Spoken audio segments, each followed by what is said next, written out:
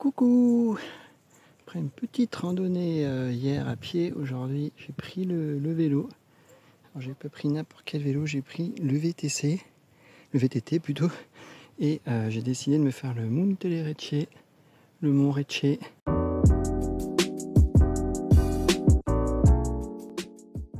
Donc voilà, d'habitude moi je suis en vélo de course et c'est déjà sportif, mais alors là avec le VTT, je suis vraiment rincé. Waouh! Mais ça fait du bien quand même. On se sent vivre là, les poumons à fond, les jambes ça chauffe dur. Toujours pas fini l'ascension là, mais je fais une petite pause parce que c'est magnifique, là on entend le bruit des motos. Pause obligatoire là parce qu'il y a un endroit assez sympathique. Couleur de la Roumanie, hein. Il y a une serviette pour s'essuyer, il y a des bouteilles, il y a même des tasses. Je suppose que l'eau doit être potable et puis évidemment ici c'est très religieux. Donc on a un Jésus, hein, d'ailleurs on en a pas mal tout le long du chemin.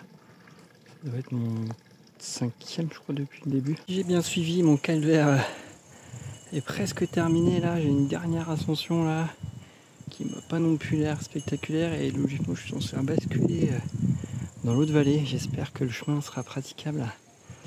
Et là tout en haut il y a un monastère, j'avais vu un panneau tout en bas. C'est vrai que j'avais complètement zappé. Pour le coup il est bien isolé là. Finalement je suis pas du tout au Monte Lecce. Je suis au Creastaplo Pilar à 1178 mètres. Et je sais pas ce que j'ai fait en fait. Le Monte Lecce c'était pas là, c'était un autre chemin. Et là le 1178 mètres il est juste là, mais il est déjà 18h là, j'ai mis 1h30 à faire les 10 km d'ascension. J'ai mis à peu près 1 heure à venir en bas là, il doit y avoir 18 km.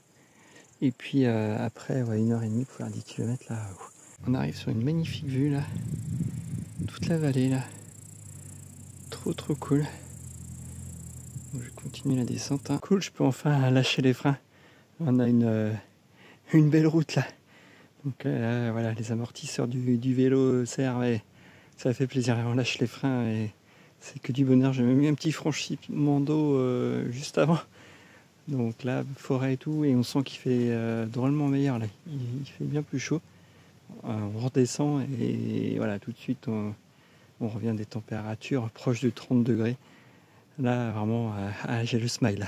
Que du bonheur la descente. Vraiment cool la descente, je confirme là. J'ai pu faire des petits dérapages vraiment sympa. Et voilà. Wow. On sort un peu de la forêt, on arrive sur ça, super. Avec du chemin là vraiment tranquille. J'espère que ça va continuer comme ça. Totalement insolite là. J'arrive sur quelqu'un qui est en train de construire une maison, mais alors insolite vraiment, le truc bien paumé. Alors, pas d'électricité, il n'y a pas d'eau, j'ai même pas vu de point d'eau vraiment à côté là, j'en ai vu mais pas tout proche. Et voilà, il sera vraiment tranquille. Voilà, faut être motivé, je sais même pas pour emmener les matériaux ici et tout. Ça doit être une galère, et puis pour réapprovisionner et tout. Voilà, il faut imaginer aussi en montagne, hein, là, ça reste enneigé, je pense de décembre à mars, hein, fin mars, voilà, grosso modo, là il y a de la neige tout le temps. Hein. Donc faut en vouloir quoi. Ouais, la descente est presque finie là, et ouais, c'est marrant, il y a une petite carène là. Je peux peut-être un berger, parce que je viens de croiser un berger avec son troupeau. Je me suis pas arrêté prendre de photos parce que d'habitude ils aiment pas trop, donc j'ai tracé. Hein. Puis en plus j'étais bien dans mon move. Donc là je rejoins des terrains plus connus là c'est Cluj-Napoca juste en face. Et puis voilà, on a quand même une très belle vue, bien sympa, j'en profite. Et puis là-bas c'est Tourda. On voit le petit creux là au fond. Petit détour m'aura permis de montrer plutôt un pâturage, parce que j'en vois souvent, mais voilà, là c'est l'occasion où je m'arrête. Il y a vraiment beaucoup de bêtes là, hein. Donc c'est de la vache de couleur noire et noiraude. Et il y a une toute nouvelle route là, ça fait trop bizarre. C'est vraiment tout frais, donc j'en profite. Il y avait une descente très sympa là, et puis j'ai même rattrapé une voiture. Et puis tout à fait insolite, là, il y a un cimetière avec une église, alors qu'il n'y a même pas un village tout proche. Et le cimetière est vraiment sur sur une petite colline là, et il y a pas mal de tombes quand même.